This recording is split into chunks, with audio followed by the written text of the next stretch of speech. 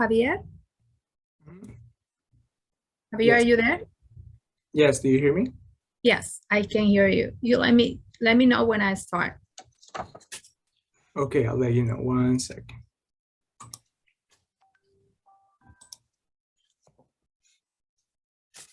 Okay, go ahead. Thank you. Okay, I'll start right now. Great. Okay, good morning, and thank you to everyone who is joining us today, those tuning in via Zoom or those joining us through the YouTube channel.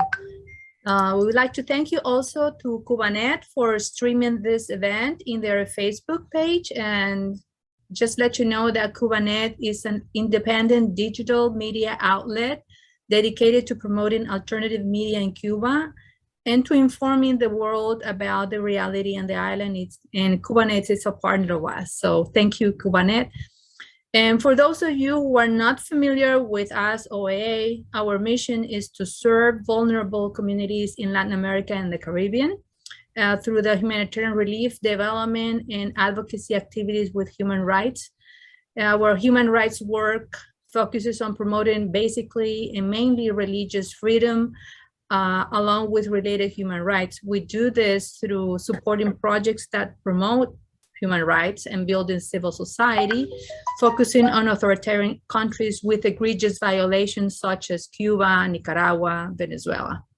So before we begin with our webinar today, I would like to share with you some housekeeping instructions. I don't see that this is moving, the slides are not moving. Just give me a second. I will just share it again, my screen, and see if I have it. Okay. There you go again. Sorry for the here. Okay, some housekeeping instructions. We're gonna have interpretation during this webinar for English and Spanish. So for those who need this type of service, please choose your language of preference, either English or Spanish. That will be number one. Clicking on the interpretation icon that is at the bottom on the translation of the Zoom button bar. And secondly, everybody will need to click on the mute original audio to be able to mute the original audio and do not have distortion in the interpretation services that you will have. And additionally, this webinar will be also recorded and posted in our YouTube page. So if you are registered for this event, you will be receiving an email with a notification with a YouTube link, so you will be able to listen and share this webinar afterwards. And also we will hear from our panelists. After that, we will take questions from the Zoom audience. And we would like you to please be active in submitting questions and comments through the chat function that is also the icon that you will see in the bottom bar of the Zoom, or the Q&A feature at the bottom also. And without further ado, I would like to also to introduce to you our President and CEO of OAA, Dr. Teo Bagum. Teo, you are muted. How about now? Can you hear me okay? Go ahead, yes. All right, thank you. Thank you, Mary Carmen, and thank you to everyone who joined us today. July 11th last year was a watershed moment in Cuba. People in cities throughout the island took to the streets in the biggest anti-government demonstration the island has seen in decades. In doing so, they prove those who have been saying that the Cuban people won't rise up against the dictatorship, prove them wrong.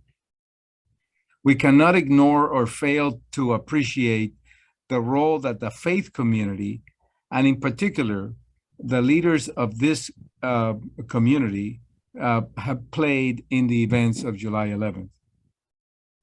Long before thousands of Cubans took to the streets to demand justice, leaders of many different religious communities were already performing the prophetic role to which they are called.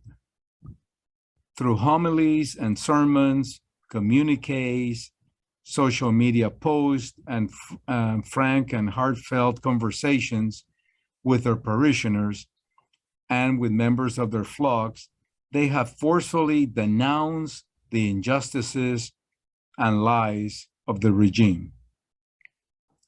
And they do this not because they are combative and are wanting to confront the regime, far from that, but because they themselves say it is what their deepest theological convictions require of them.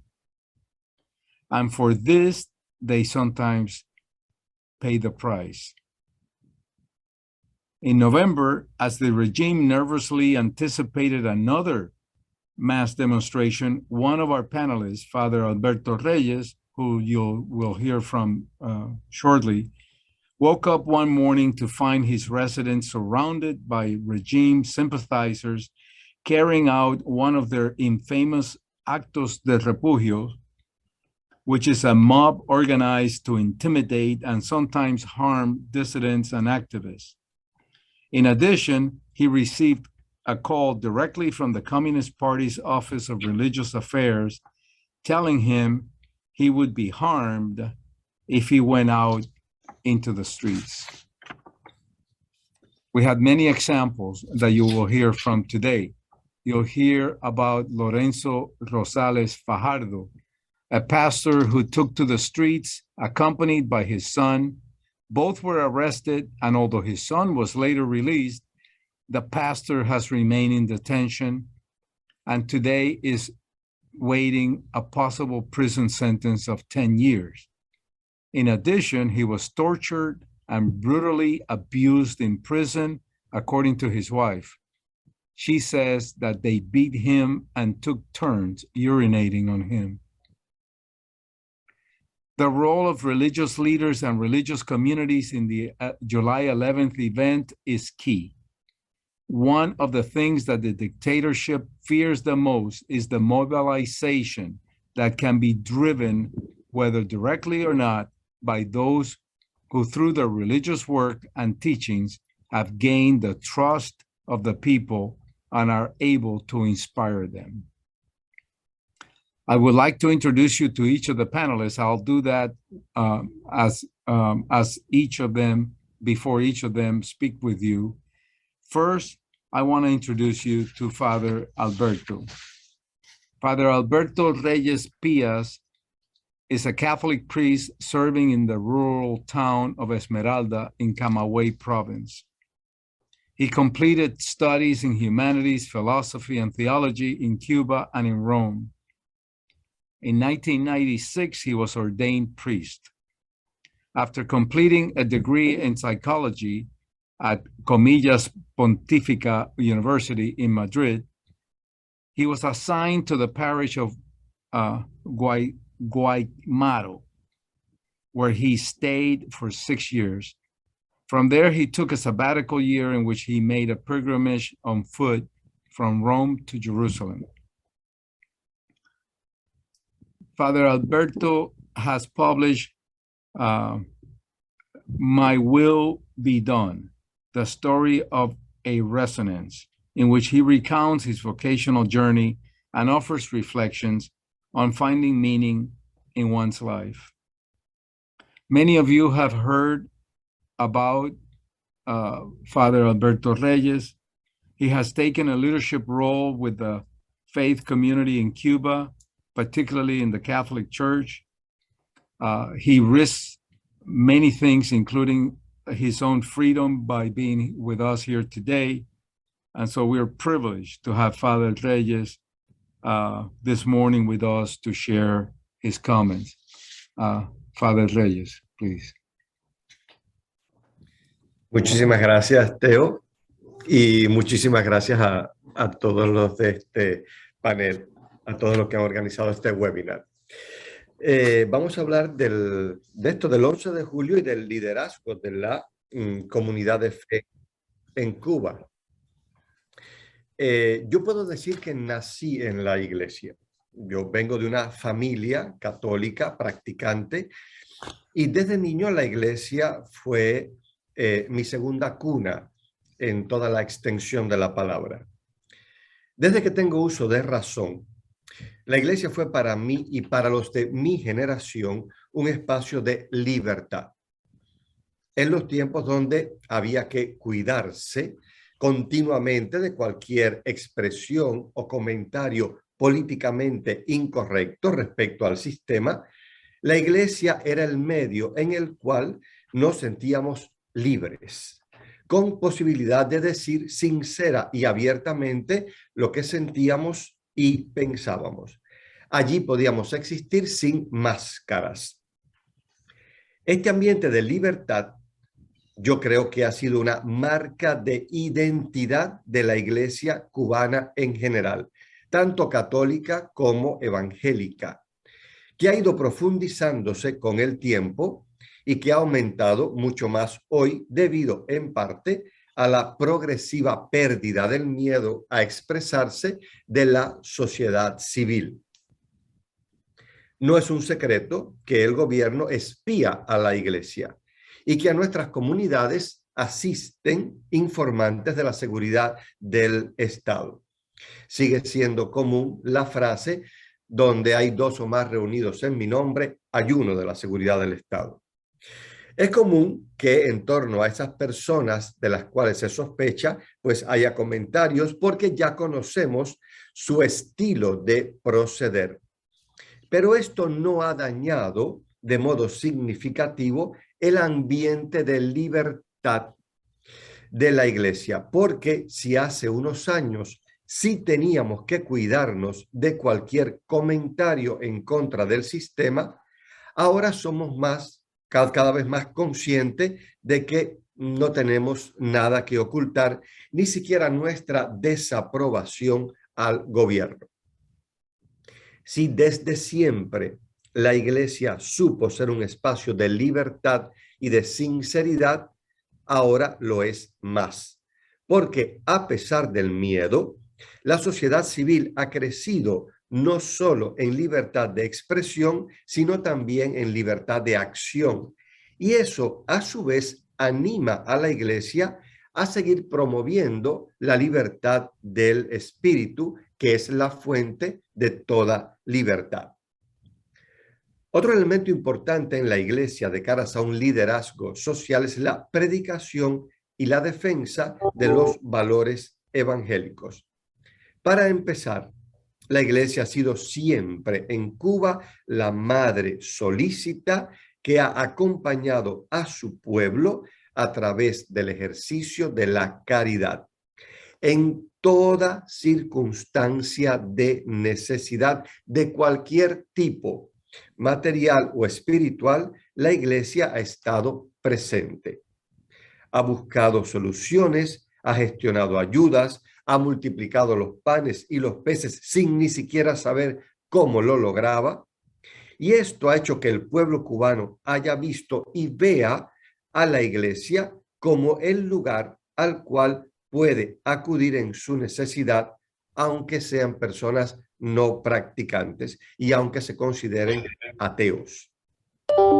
El trabajo incansable de Cáritas, la ayuda a damnificados de huracanes o de otros eventos naturales, la atención al campesino, el cuidado de los discapacitados, las ayudas a los ancianos y a los necesitados, la búsqueda de medicamentos, la preocupación por los presos y sus familiares son parte de la labor caritativa de la Iglesia, por la cual la Iglesia cubana ha apostado siempre, a pesar de las muchas trabas que ha tenido que superar. Pero la Iglesia ha sido cuidadosa de no convertirse en una mera ONG benéfica.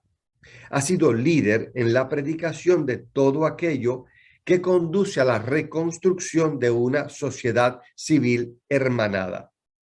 Ha acompañado en procesos de perdón y de reconciliación y ha mantenido siempre una disponibilidad para el diálogo y el entendimiento mutuo a todo nivel, desde el interpersonal y familiar hasta el diálogo con los organismos gubernamentales. De hecho, hoy día hay mucha gente que ve a la iglesia como el interlocutor idóneo para un proceso de diálogo encaminado a una transición. mucha gente ve a la iglesia como la mediadora cualificada, como la garante de un diálogo real para evitar lo que llamamos un cambio fraude. Yo quiero mencionar aquí de un modo especial la carta pastoral de los obispos cubanos, El amor todo lo espera, que fue dada a conocer el 8 de septiembre de 1993. La menciono porque creo que fue uno de los momentos más importantes en los que la Iglesia tendió la mano al gobierno buscando un diálogo. La carta pastoral, si bien describe sin ambajes la situación socioeconómica del país, mantuvo siempre un talante de respeto y mesura. El gobierno atacó duramente la carta y a los obispos, lo cual viralizó la carta e hizo que mucha gente se interesara en leerla.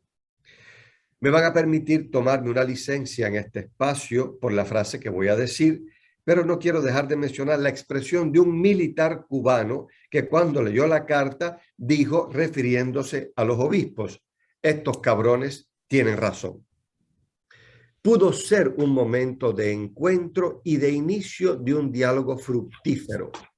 Pero para un diálogo son necesarias dos partes. Y es también necesaria la humildad de que reconoce la propia parte de responsabilidad en lo que sucede. Y en aquel entonces, el gobierno cubano no supo aprovechar la oportunidad de diálogo que se le ofrecía. A pesar de eso, la Iglesia ha seguido apostando por un diálogo que no llega, pero en el cual la Iglesia sigue insistiendo. Por otra parte, la Iglesia ha promovido los valores que conducen al establecimiento de una sociedad justa y democrática. La libertad, la justicia, la verdad, la coherencia entre el pensar, el hablar y el actuar han sido valores predicados y defendidos continuamente y a todo nivel por la Iglesia. No olvidemos que es en este ambiente eclesial donde se formó la personalidad de Oswaldo Payá, que siempre reconoció que su lucha por la libertad hundía sus raíces precisamente en su experiencia de fe. Este reclamo de justicia y libertad se ha hecho cada vez más patente a través de la predicación y el actuar de muchos sacerdotes, religiosos, religiosas y laicos comprometidos que han alzado su voz en todos los modos posibles para defender estos valores. Del mismo modo, la cercanía, la atención y la ayuda a personas implicadas en la búsqueda de un cambio social en Cuba y el compromiso con los que han sufrido represión y daño por construir una sociedad más libre y justa han mostrado el rostro valiente de una iglesia capaz de hablar y de ponerse al lado de los que sufren por este motivo. Es digno destacar la cercanía y la solidaridad de amplios sectores de la iglesia con los procesados y condenados por los hechos del pasado 11 de julio. Son personas a las cuales la iglesia no ha abandonado. Y por supuesto, la iglesia proclama la fe en Jesucristo como camino, verdad y vida. La iglesia es testigo de la presencia de Dios en medio de su pueblo y la fe está indisolublemente ligada a la esperanza. La fe genera esperanza porque ayuda a las personas a experimentar la certeza de la presencia de aquel que dice, yo estoy contigo. Para construir una Cuba mejor necesitamos creer, no solo en que es posible una mejor economía o una mayor libertad de expresión, o la posibilidad de implementar mecanismos democráticos o un Estado de derecho.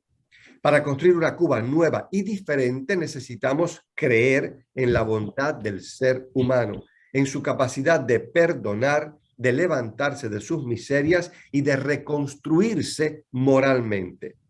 El daño antropológico generado por más de 6 décadas de adoctrinamiento y ateísmo es muy grande, pero necesitamos creer que es posible poco a poco sanear el alma del cubano. De hecho, una Cuba nueva que no se dirija al espíritu de sus hijos está condenada a la esclavitud, porque el marxismo no es la única cárcel en la que pueden caer las sociedades. Un cambio democrático en Cuba llevará aparejado necesariamente una mejoría económica, lo cual no es solamente justo y necesario, sino una urgencia de la nación. Pero del mismo modo que en lo particular yo deseo esta mejoría económica, también la temo. Hace muchos años, el pueblo cubano se fue detrás de los ídolos. Un ídolo es todo lo que intenta sustituir a Dios. Los cubanos nos fascinamos con el ídolo de la construcción de una Cuba, no solo mejor, sino óptima, casi perfecta, pero al precio de someternos a una ideología que desterraba a Dios de la nación. Los ídolos siempre traicionan y el resultado es hoy palpable. La miseria, la precariedad, la falta de todo, incluso de lo indispensable, son el triste escenario de lo que prometió ser y nunca fue, y nunca será mientras permanezcamos bajo la ideología marxista o como quiera que pueda llamarse el sistema político cubano. Muchas veces me asusta el hecho de escuchar a personas poner sus deseos y esperanzas en un cambio básicamente económico, en una bonanza material, porque si solamente nos centramos en lo económico, no estaremos haciendo otra cosa que cambiando de ídolo. Y los ídolos, lo repito, siempre traicionan. Y podemos convertirnos en un pueblo próspero materialmente, pero sin el rumbo que define el espíritu. En una Cuba así, no me extrañaría que aquellos sacerdotes que hoy somos tachados por el sistema como reaccionarios por el simple hecho de defender la justicia y la verdad, seamos tachados más adelante de comunistas cuando digamos lo mismo que decimos ahora, pero no ya al gobierno, sino a personas que tienen en sus manos la economía y explotan al trabajador. Es por eso que la Iglesia insiste a tiempo y a destiempo en el cultivo del espíritu, lo cual es particularmente difícil en un medio donde las personas emplean gran parte de su jornada intentando sobrevivir y donde la carga de la vida cotidiana agobia sobremanera el espíritu. Pero ya sabemos que en un mundo económicamente próspero, el deseo desmedido de progresar con rapidez y de salir cuanto antes de la precariedad puede hacer que también nos olvidemos de Dios. Y como decía San Agustín, cuando uno huye de Dios, todo huye de uno. Ya nos pasó una vez, sería muy irónico que nos pasara 2 veces por efecto de un bandazo. Contaba un sacerdote alemán que luego de la caída del muro de Berlín se encontró con un feligrés al que no había visto más en la misa desde ese día y le preguntó qué es lo que le pasaba, que no lo había vuelto a ver en la iglesia. Y la respuesta que recibió fue: ya no hace falta, padre. Hace muchos años el pueblo cubano le dio la espalda a Dios, unos hipnotizados por el ideal marxista, otros por miedo. Una Cuba nueva, sin Dios, volverá a ser una dictadura, más sofisticada, pero dictadura al fin.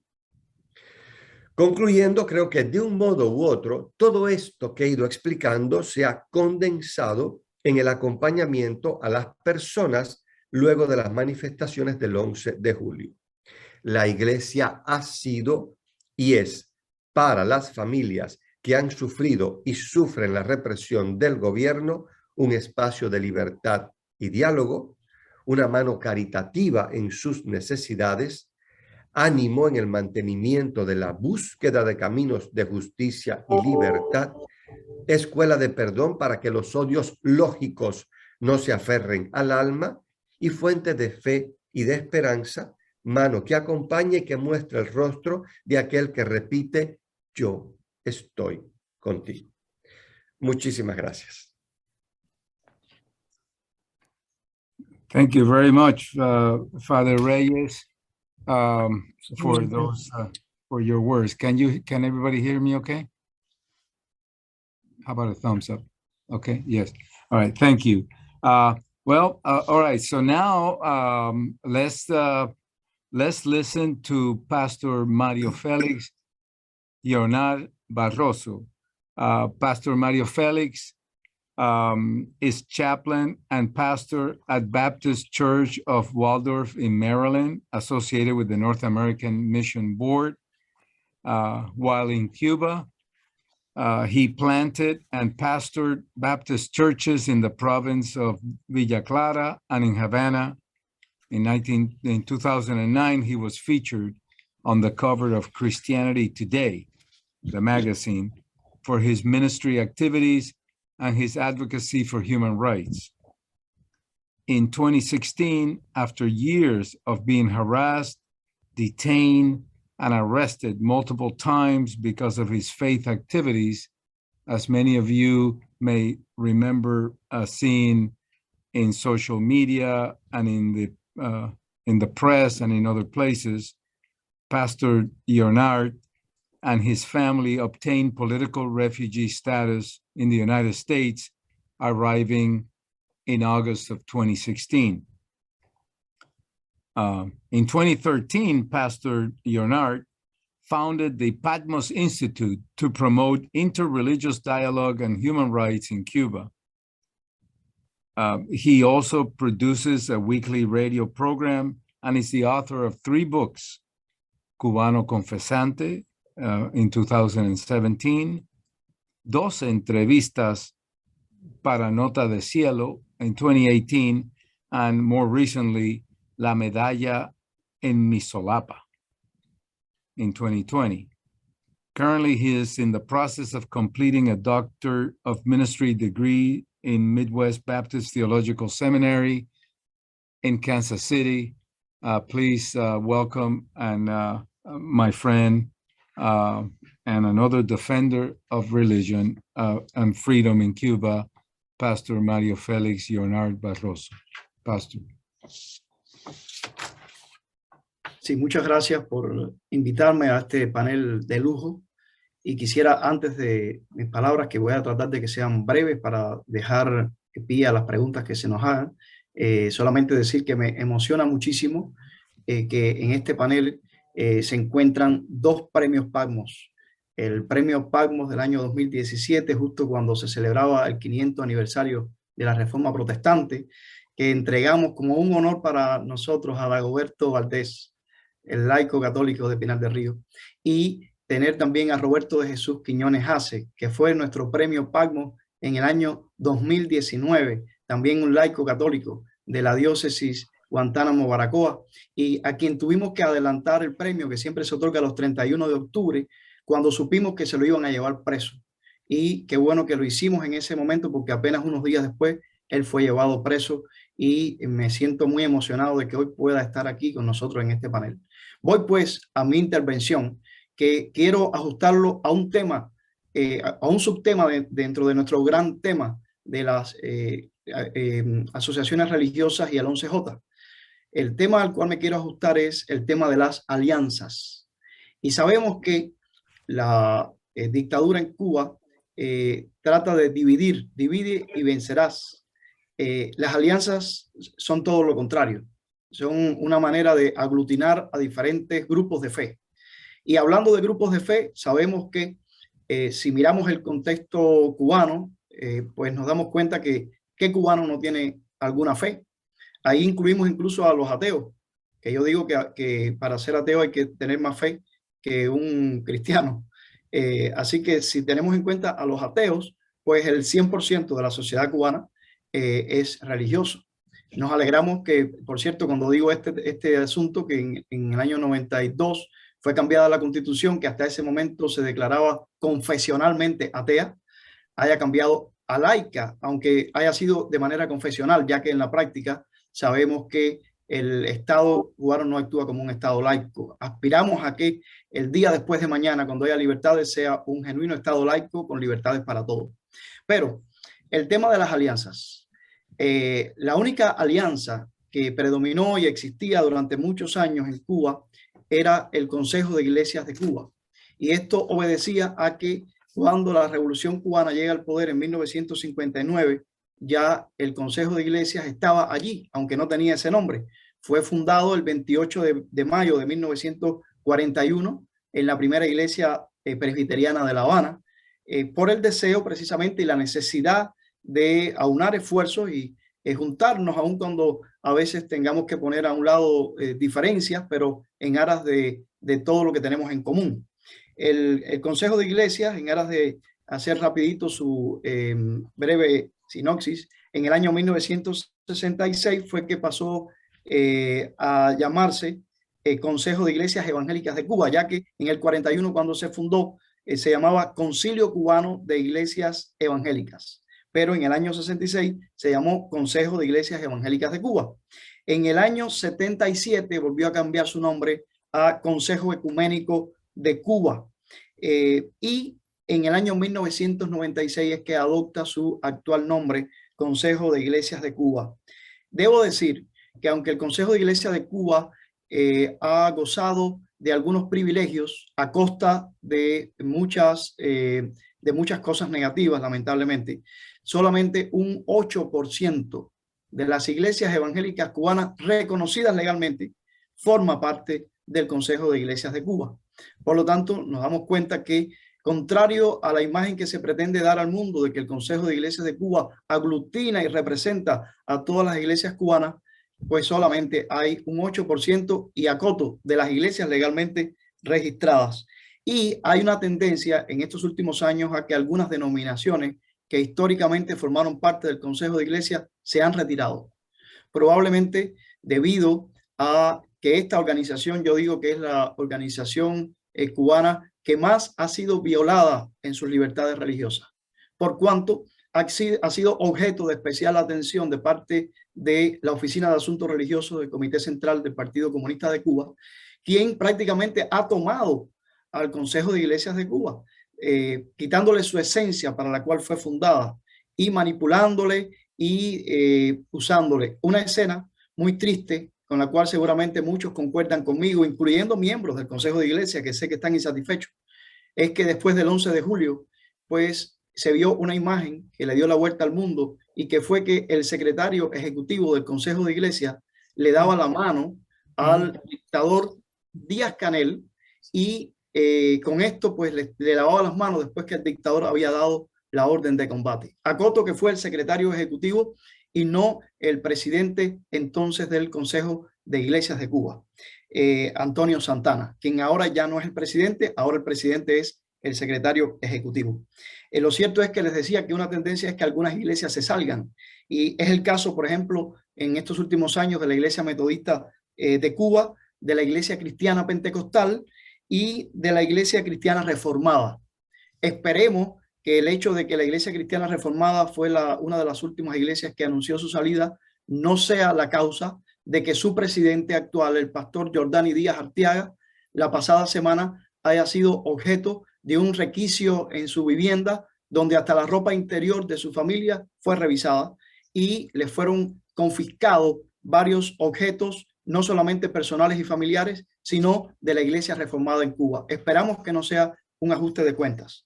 Pero en aras del tiempo, no voy a seguir hablando ya del Consejo de Iglesias, solamente comencé hablando de él para decirles que durante mucho tiempo fue la única alianza que predominó y la única alianza que auspiciada, vamos a decir, apoyada por el Partido Comunista, quería al Partido Comunista que fuese la alianza de todas las iglesias cubanas. Pero a despecho del Partido Comunista, algunas nuevas alianzas han surgido precisamente antes del 11J o incluso después del 11J. Y se las menciono rápidamente. Es el caso de la Alianza de Iglesias Evangélicas Cubanas, que se dio a conocer el 11 de junio del 2019 y de la cual formaron parte algunas denominaciones legalmente registradas, pero que no formaban parte del Consejo de Iglesias y que se juntaron allí como una alternativa. Sin embargo, esta Alianza de Iglesias Evangélicas Cubanas no recibió el permiso para registrarse legalmente. Es más, lo que recibió fue la presión y persecución del Comité Central y la Oficina de los Asuntos Religiosos, quien comenzó a citar a los presidentes de las denominaciones que se afiliaron a esta Alianza de Iglesias Evangélicas Cubanas e incluso les impidió asistir a eventos internacionales, los reguló e hizo que algunos, por la presión que sentía, se saliesen de esa alianza apenas fundada. Otra alianza sobre la cual queremos llamar la atención es la Alianza Católica, más conocida como Areópago Cubano. Y digo más conocida porque con Areópago Cubano, con ese nombre, aparece mucho en las redes sociales, especialmente en su página en Facebook. Y aprecio mucho a esos hermanos católicos quienes desde esa página han hecho declaraciones contundentes, y me parece fenomenal que católicos se hayan presentado de esa manera y que hayan tenido una posición muy digna respecto al 11 de julio. Otra alianza que surgió recientemente después del 11 de julio fue el Cristianos Cubanos en Comunión, resumido como C3, por las 3 Cs de Cristianos Cubanos en Comunión. Cubanos en Comunión también ha tenido una posición muy digna respecto a su apoyo, no al dictador que dio la orden de combate, sino al pueblo de Cuba. Basta mirar su página en Facebook para ver sus declaraciones, sus tiempos de oración, como el día de ayuno de oración que se celebró el 10 de octubre, o la reciente jornada de oración por la unidad de los cristianos. O sea que ha tenido un acompañamiento. Y hay que señalar que Cristianos Cubanos en Comunión es una alianza abierta para cualquier cristiano, sin importar su afiliación. Por lo tanto, dentro de Cristianos Cubanos en Comunión podemos encontrar lo mismo católicos, ortodoxos, que protestantes, evangélicos, apostólicos, el que se sienta cristiano, cubano y quiera estar en comunión con esos otros que desean también la libertad de Cuba, porque Cristianos Cubanos en Comunión ha sido muy claro. Y la última alianza que quiero mencionar fue la nueva alianza de iglesias cubanas no registradas. O sea, ahí están los grupos más perseguidos, los más excluidos, los que no tenían opción, los que no podían pertenecer ni al Consejo de Iglesias de Cuba, ni siquiera a la Alianza de Iglesias Evangélicas Cubanas, porque un requisito para pertenecer a esas alianzas era estar legalmente registrado. Y tenemos a un numeroso grupo de denominaciones y movimientos que se encuentran en Cuba, que existen y forman parte del pueblo, pero que no han tenido la posibilidad de registrarse legalmente. Esta alianza de iglesias cubanas no registradas, podríamos decir que le debe su vida al 11J. ¿Por qué digo esto? Porque se estaba gestando desde hacía tiempo, pero fue precisamente la situación y la presión del 11J la que hizo que estos grupos decidieran lanzarse y darse a conocer mediante una declaración que publicaron en diferentes páginas de internet, incluyendo el Instituto Pasmos, que se hizo eco, el 12 de noviembre del 2021, mediante un mensaje dirigido al pueblo cubano respecto, ese es el nombre del mensaje, respecto a su legítimo derecho a la manifestación pacífica y que ha sido negado por un Estado totalitario que contrapone y fomenta la violencia. Esta alianza surgió precisamente por pastores como el pastor Lorenzo Rosales Fajardo, pastor de un grupo no registrado, fue llevado impunemente a la prisión, como ya se mencionó al principio, y ha sido torturado. Posteriormente fue juzgado el 20 y 21 de diciembre y en este momento se encuentra esperando todavía una sentencia de una petición de 10 años de prisión. Podría decir mucho más, pero dejo para las preguntas finales cualquier cosa que quieran preguntar acerca de cualquiera de estas alianzas. Finalmente, lo único que quiero decir es que a pesar de los intentos del Partido Comunista de frenar todo intento de unidad, de aunar esfuerzos, como ustedes pueden apreciar en lo que he expuesto, varias alianzas han surgido e incluso otras más van a surgir, porque es indetenible el espíritu de la nación cubana y el Partido Comunista no puede frenar ese espíritu. Thank you very much, Pastor Mario Felix. Oftentimes, we become emotional when we hear of the cruelty of the Cuban government when it results in prison sentences where a person is tortured. It seems worse if the person is in prison because of the way they think or what they stand for. The next speaker Roberto de Jesus Quiñones Aces, is a Cuban lawyer, independent journalist, and human rights defender. In April 2019, he was detained while he was covering a trial for the independent news outlet Cubanet. He was fined and detained for conduct during allegedly constituting disobedience and resistance. After refusing to pay a fine, he was sentenced to a prison sentence of 1 year and detained on September 11, 2019. During his imprisonment, Quiñones Aces developed health problems due to the conditions that he was submitted to during his detention. Following his release from prison in September 2020, Quiñones was once again the target of monitoring, harassment, and threats. Roberto was also in prison from 1999 to 2001 for his work on human rights, and as a consequence, he was banned from practicing law. In April 2020, the Committee to Protect Journalists included his case as one of the 10 most urgent cases of journalists under attack around the world. Please welcome Roberto de Jesus Quiñones Aces to our panel. Roberto. ¿Ya me estamos? Ya, sí. Buenos días a todos los hermanos que están participando en el panel y a quienes nos hacen el honor de escucharnos. Ante todo, quiero hacer referencia a que, como ya es conocido, estas protestas no fueron unas protestas cualquiera en la historia de nuestro país.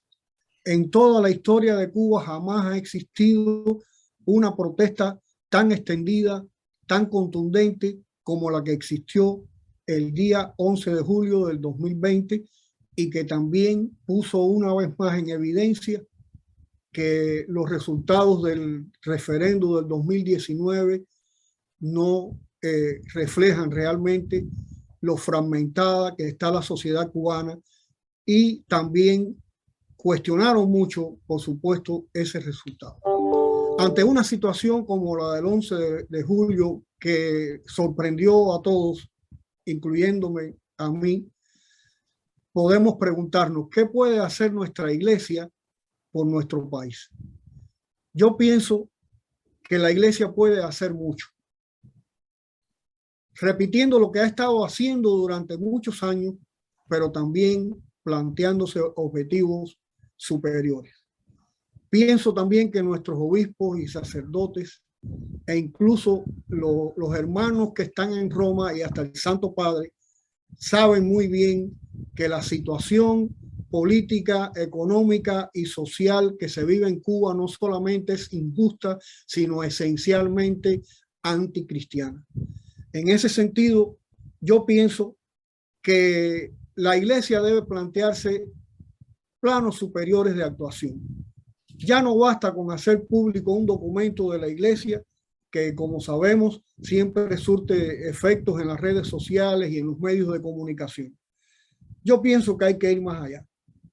Yo creo que sería muy ingenuo pensar que la dictadura cubana va a escuchar los reclamos de la iglesia ni de gran parte de la sociedad civil independiente de Cuba, porque cuando empiece a hacerlo, va a estar cavando su propia sepultura, porque ellos son enemigos de un diálogo franco donde acepten los reclamos de esa parte de la sociedad cubana que hasta hoy ha estado preterida.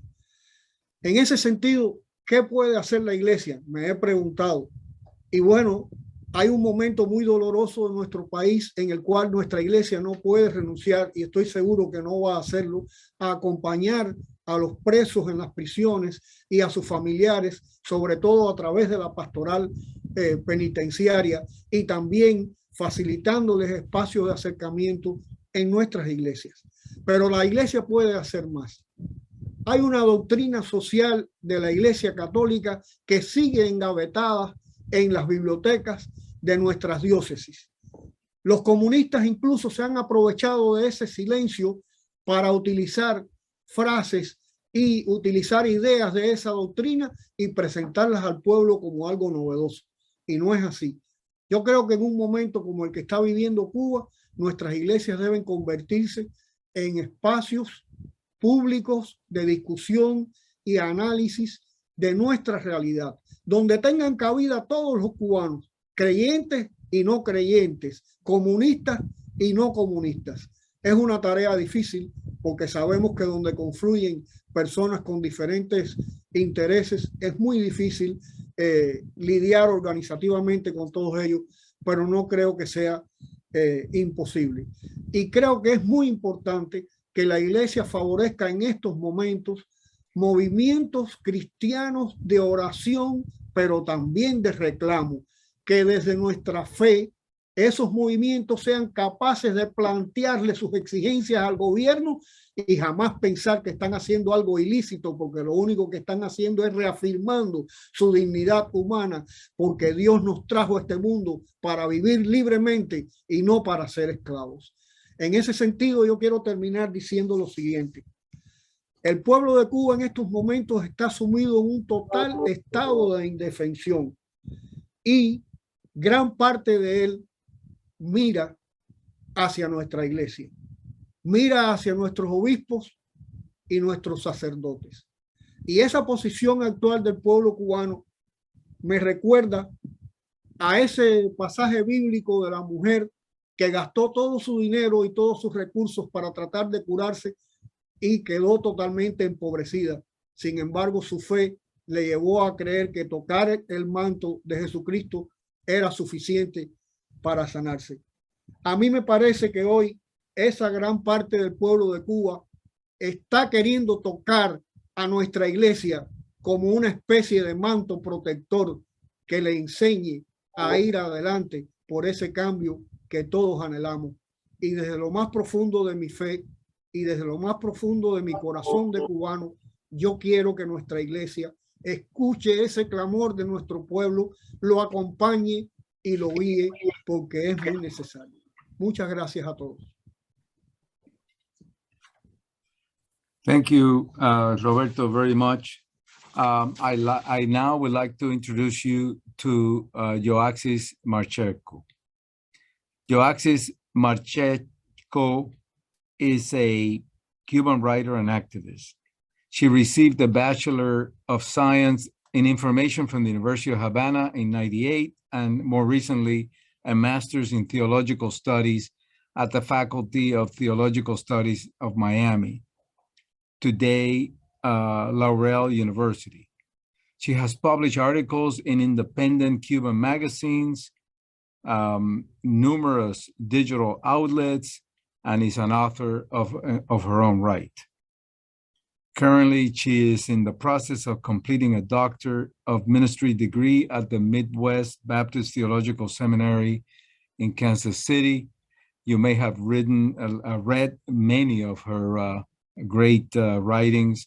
I want to introduce you to Joaxis Marcheco. Joaxis. Hola, buenos días a todos. Bueno, quisiera presentarles en esta mañana una parte de mi ponencia que trata sobre el apoyo de los líderes y creyentes cristianos a los anhelos de libertad de las manifestaciones del 11 de julio. Las iglesias cubanas son parte del pueblo de Cuba.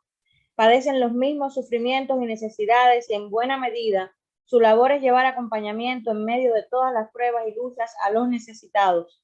En este sentido, la Conferencia de Obispos Católicos de Cuba se pronunció de forma clara sobre el derecho que tiene el pueblo a manifestar sus necesidades, anhelos y esperanzas y a expresarse públicamente sobre todo lo que lo afecte. La conferencia además hizo un llamado al castrismo de no responder con violencia contra los manifestantes, sino detenerse a escuchar sus demandas, recomendación que Miguel Díaz-Canel Bermúdez, rostro oficial del castrismo, desestimó, haciendo por el contrario un llamado a la violencia en contra de los que habían salido a la calle de manera pacífica a reclamar sus derechos. Muchos católicos acompañaron a los manifestantes, entre ellos laicos, monjas, sacerdotes y seminaristas, Algunos fueron reprimidos con violencia, como el sacerdote Castor Álvarez de Besa, que fue golpeado en la cabeza y llevado detenido por intentar defender a unos jóvenes de la agresión policial. Otros sacerdotes se unieron para redactar una carta abierta titulada "He visto la aflicción de mi pueblo", que fue firmada por cientos de católicos cubanos y en la que se describe la dura realidad de la isla y se enumeran un grupo de necesidades urgentes, algunas de las cuales está como crear marcos legales independientes al Estado y reconocer la plena ciudadanía de los cubanos residentes en el exterior para que ejerzan el derecho de participar cívicamente en los destinos de la nación. Estas manifestaciones del 11 de julio, que no tienen precedente, también tuvieron la participación de pastores y miembros de las diferentes denominaciones evangélicas existentes en Cuba, tanto de las reconocidas por el Ministerio de Justicia como de las que no. Algunos de los nombres de estos evangélicos aparecen en un reciente reportaje realizado por el periodista independiente Joe Suárez y publicado en el medio Cubanet. Uno de ellos fue el pastor metodista Carlos Macías, residente de la ciudad de Jovellanos, en Matanzas, donde ejerce su pastorado. Macías salió a la protesta junto a su hijo mayor y le refirió al periodista Joe Suárez que era imposible saber quiénes estaban exactamente, quiénes eran estas personas que exactamente se manifestaban, pero que una buena parte de ellos formaba parte de la creciente comunidad de cristianos evangélicos o protestantes. En el reportaje se informa además sobre la tensión entre algunos líderes evangélicos de esta comunidad con el Estado, ya que desde 2018 reclamaban más independencia de las organizaciones estatales que tratan de controlarlas. Otros nombres de pastores o líderes involucrados en la protesta y que fueron detenidos son los siguientes: Jeremy Blanco Ramírez, de la provincia de Matanzas, pastor de la Misión Beriana, que es una obra no reconocida. Yarián E. Sierra Madrigal, de la provincia de Matanzas, de la misma Misión Beriana. Yusniel Pérez Montejo, de la provincia de Santiago de Cuba, pastor de la Convención Bautista Oriental, que es una obra reconocida. Jorge Naranjo, de la provincia de Las Tunas, administrador de la iglesia Los Pinos Nuevos, una obra reconocida. Según el reporte de Joe Suárez, los evangélicos fueron el colectivo religioso con más líderes reprimidos a consecuencia del 11 de julio, de acuerdo con un recuento del Grupo Justicia 11J, que realiza el inventario de las detenciones y procesos judiciales que están sufriendo quienes se manifestaron aquel día. Aunque todos ellos salieron a título individual, sin incitar a sus fieles a manifestarse, recibieron el mismo tratamiento que otros líderes de la sociedad civil u opositores más abiertamente políticos, detenciones y procesos judiciales. La Junta Directiva de la Iglesia Metodista en Cuba también se hizo sentir al publicar en sus redes sociales un comunicado de tono crítico al sistema en el que rechazaban la forma represiva usada contra la población que se manifestaba y expresaban que Cuba debe ser un país libre y soberano, donde todos sus hijos sean respetados, tanto los que comulgan con la revolución como los que no simpatizan con el sistema sociopolítico. Otras iglesias también se pronunciaron, como la Pentecostal Asambleas de Dios, que atribuyó directamente la responsabilidad de la violencia desatada por parte de las fuerzas represivas a Díaz-Canel. Está el caso particular del pastor Lorenzo Rosales Fajardo, quien se encuentra preso desde el 11 de julio y al cual se le está haciendo una petición fiscal de 10 años de privación de libertad. A Fajardo todavía la Fiscalía de la República o el tribunal todavía no le han dado una sentencia firme, pero está en espera de esta sentencia y mientras tanto se encuentra, como dije, en prisión. Lo acontecido posterior al 11 de julio, en estas protestas pacíficas llevadas a cabo en Cuba el 11 de julio del 2021, recibieron una respuesta violenta e intransigente por parte del régimen castrista. Un despliegue militar se llevó a cabo por toda la isla, conjuntamente con un apagón de internet que cortaba toda posibilidad de transmitir en tiempo real la cacería de brujas que se desató contra los manifestantes. El saldo de esa persecución ha sido cientos de presos en espera de ser procesados, la ejecución de juicios amañados y la imposición de severas condenas a años de cárcel.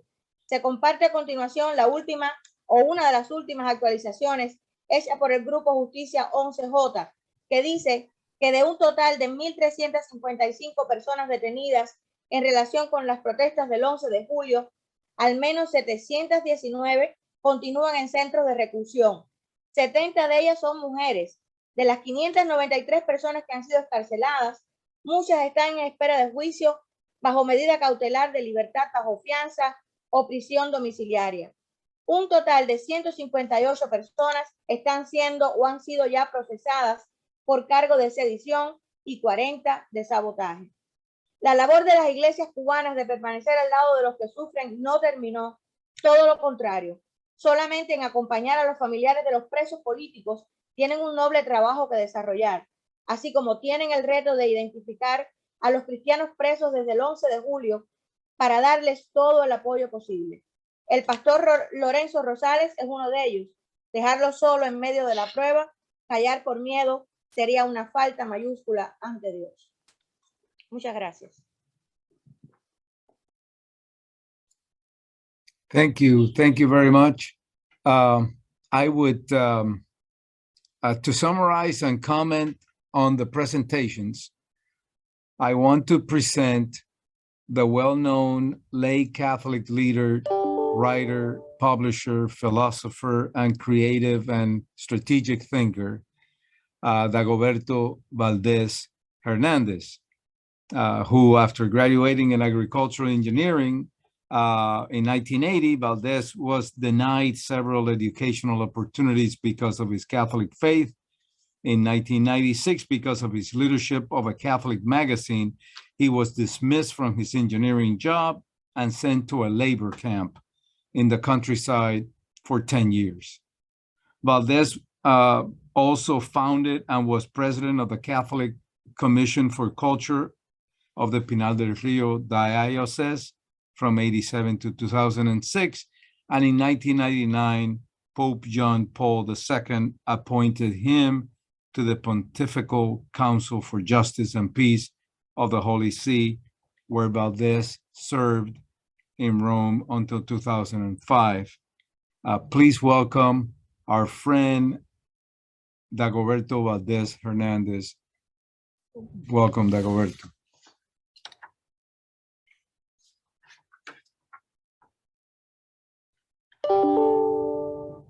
Muchas gracias a todos los participantes.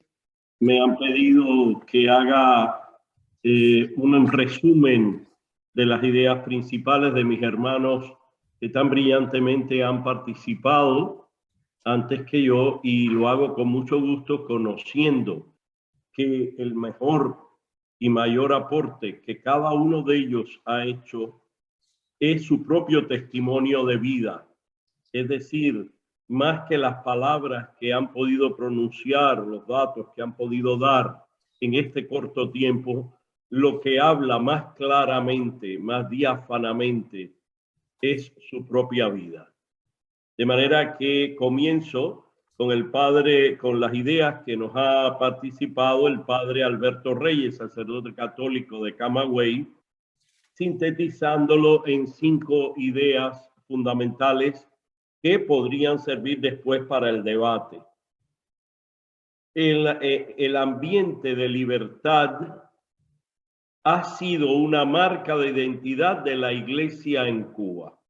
Es decir, que un primer aporte que el padre Alberto nos propone es de tipo vivencial, es decir, las iglesias, y llamémosle la comunidad creyente en general, ha sido un ambiente de libertad a pesar de la falta de libertad. La segunda idea es que el pueblo cubano haya visto y vea a la iglesia como un lugar al cual puede acudir en sus necesidades materiales o espirituales o morales. Es decir, un lugar donde se sirve a las necesidades de los demás. Sea practicante, sea ateo o sea agnóstico, eso no importa. La tercera idea que nos comparte el padre Alberto es que la iglesia ha sido líder, y yo diría pionera, en la predicación de todo aquello que conduce a la construcción de una sociedad civil fraterna. predicando la amistad social que ya Santo Tomás había mencionado en su obra.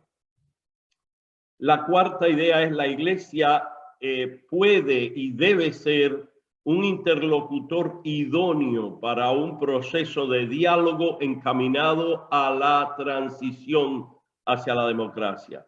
Y yo agregaría también una cualificada mediadora y una garante de la autenticidad y de la productividad de un posible diálogo hacia la democracia en Cuba.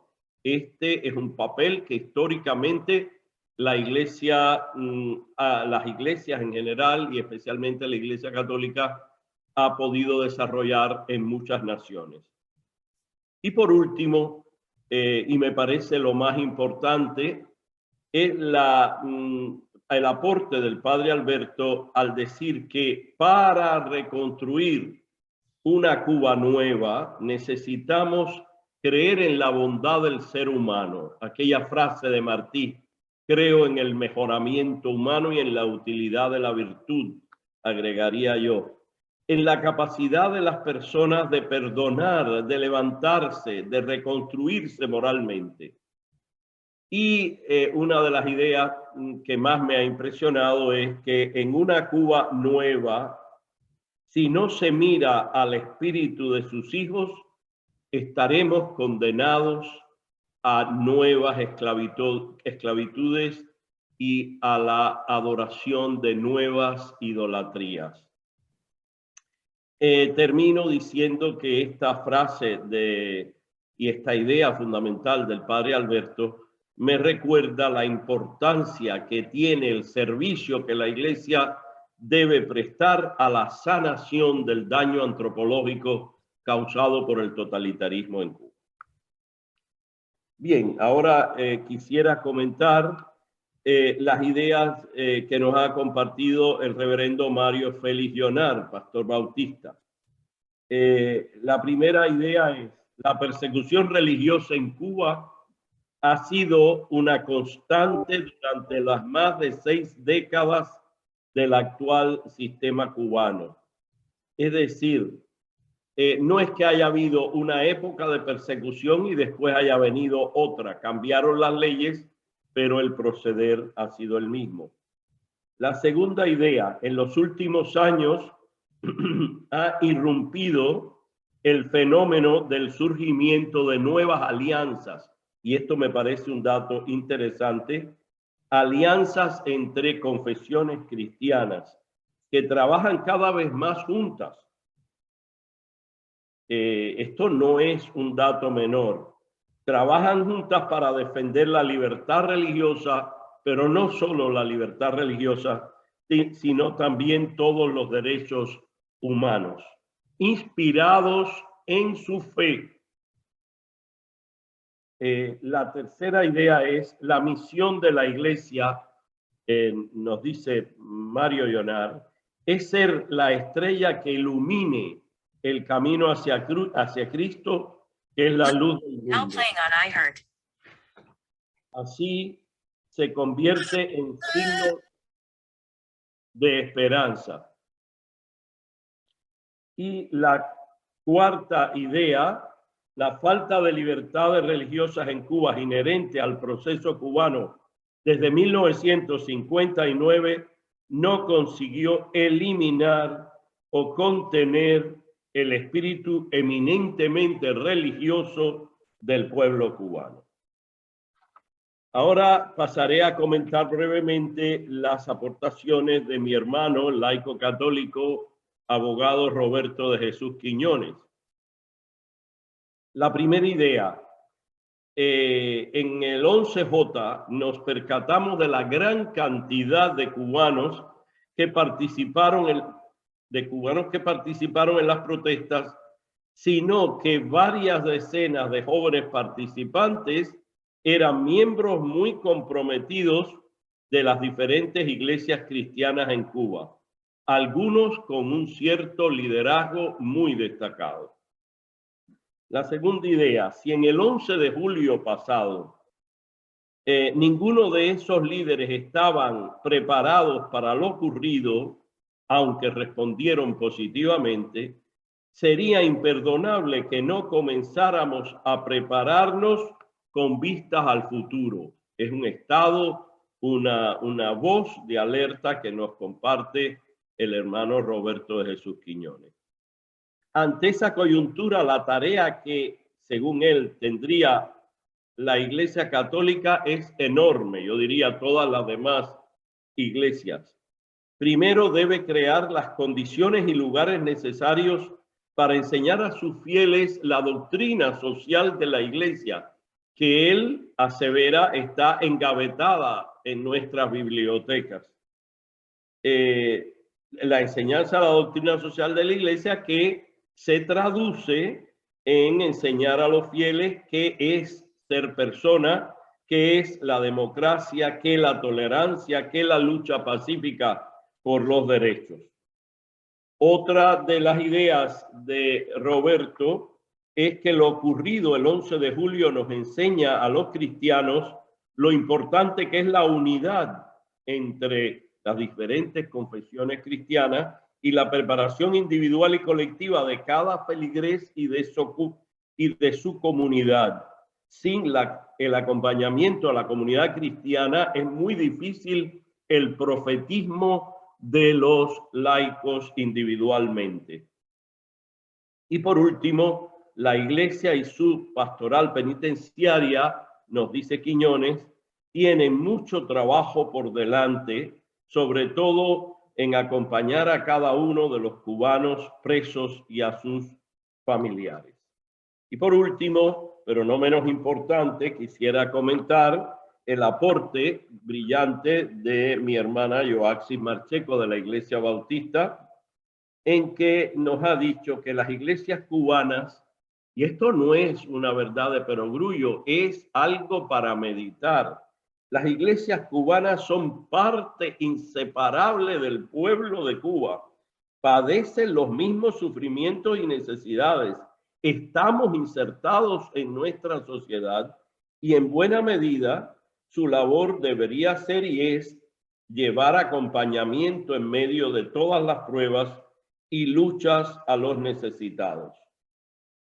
En este sentido, dice ella, la Conferencia de Obispos Católicos de Cuba se pronunció de forma clara sobre el derecho que tiene el pueblo a manifestarse pacíficamente en defensa de sus necesidades, anhelos y esperanzas. La segunda idea que me gustaría destacar es muchos católicos, y yo agregaría y evangélicos y de otras religiones, acompañaron a los manifestantes del 11 de julio, entre ellos laicos, monjas, sacerdotes, seminaristas. Algunos fueron reprimidos con violencia, otros se unieron para redactar la recordada y muy vigente carta He visto la aflicción de mi pueblo. Y por último, Joaxis nos recuerda que la labor de las iglesias de permanecer al lado de los que sufren no terminó ni puede terminar, todo lo contrario, solamente continúa aún con más empeño en acompañar a los familiares de los presos políticos, noble trabajo que tiene por delante en desarrollar. En síntesis, les propongo 4 ideas para nuestro debate. De las excelentes intervenciones de los panelistas que han intervenido, podemos sintetizar las siguientes ideas. Primero, las diferentes confesiones religiosas en Cuba y en la diáspora han estado presentes de diversas maneras, pero de forma muy efectiva, en los acontecimientos ocurridos en la isla el 11 de julio del 2022 y también en los meses que nos separan de ese evento que ha sido un parteaguas en la vida del pueblo cubano. Es decir, esto es una constatación de la presencia de la comunidad creyente en su forma de ser samaritana. La segunda idea, esa presencia de la comunidad creyente cubana tiene, por la misma naturaleza de la misión de la Iglesia una dimensión espiritual de promoción humana, de solidaridad sin fronteras, de acompañamiento a las familias, de asesoramiento jurídico y de ayuda material. Tercera idea, esos servicios han permanecido y permanecerán a lo largo de los meses y años por venir en Cuba.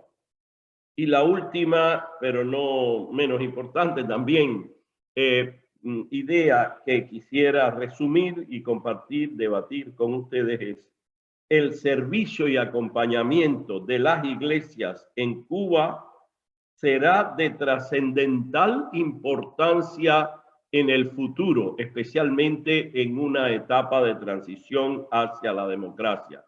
Y siempre será sanar el daño antropológico, es decir, sanar el alma de cada cubano y el alma de la nación, que según José Martí, en su tiempo, como en este tiempo también, y cito, se desmigajaba por el país. Recoger esas migajas del alma cubana y cocinar, fraguar un pan fraterno y cotidiano será siempre la labor de los cristianos y de las iglesias en Cuba. Muchas gracias. Gracias, Dagoberto, y a todos. ¿Me escuchan? Creo que sí. Tenemos bien poco tiempo ahora para algunas preguntas y respuestas. Entonces, les pido por favor, cualquiera puede responder a estas, creo. Y les pido por favor que sean breves. Que nos queda unos 3, digamos 5 minutos. La primera es, dice alguien, he oído que está creciendo la fe musulmana en Cuba. Seguro hay otros grupos de fe minoritarios. ¿Cuál es la experiencia de estos grupos? ¿Participan también en esfuerzos de libertad religiosa o se sienten cómodos con el Estado? Les hago la segunda pregunta y de ahí les pido por favor que respondan a cada una.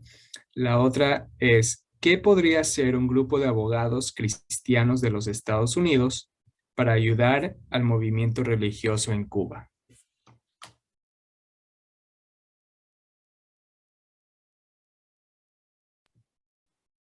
Bueno, sí, Javier, me gustaría poder responder algo a la primera pregunta. En efecto, como yo decía al principio en mi intervención, podemos decir que el 100% de los cubanos pues tienen alguna profesión de fe.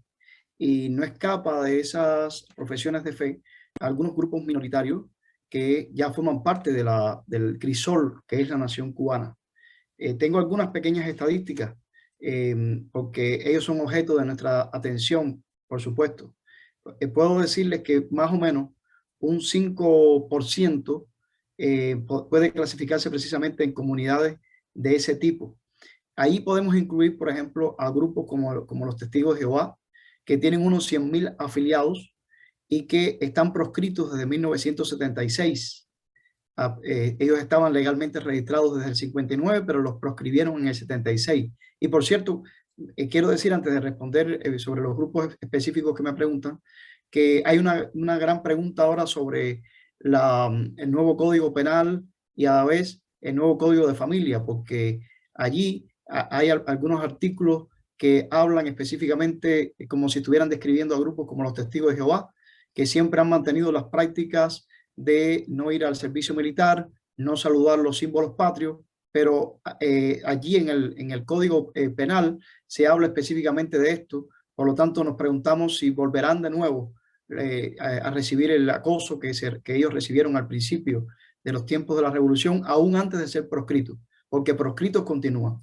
Pero bien, también además de ellos, tenemos el Islam y se dice que hay una comunidad de alrededor de 15.000 musulmanes, pero por supuesto algunos tienen un estatus más de legal en lo que se llama la Liga Islámica de Cuba, otros, sin embargo, que son, digamos que cubanos musulmanes, porque los otros más bien son extranjeros que están radicados en Cuba, que han ido a estudiar o que forman parte de la parte diplomática, pero los cubanos que son conversos al Islam son las que se las están viendo más duras.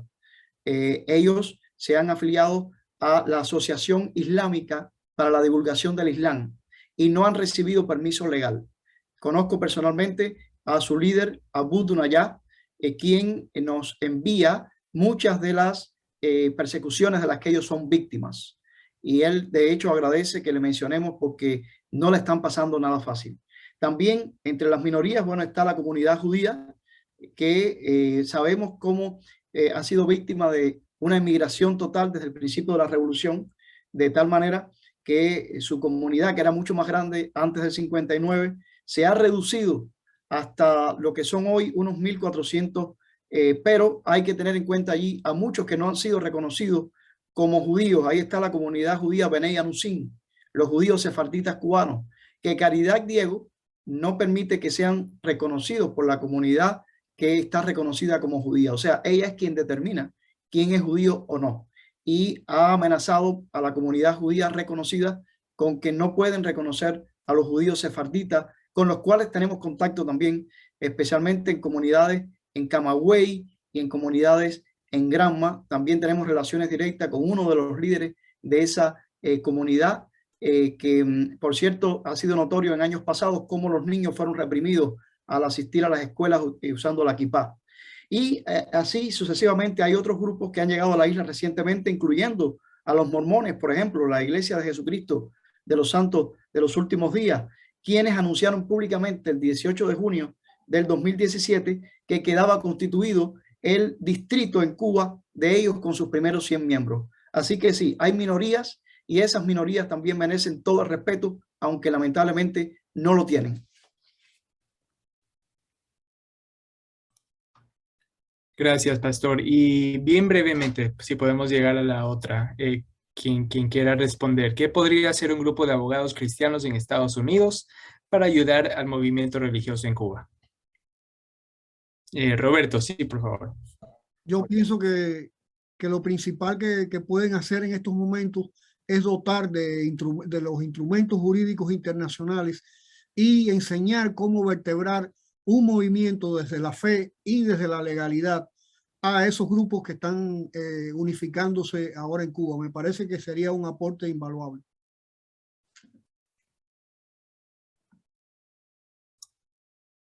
Gracias, Roberto. Bueno, ya llegamos al fin del tiempo.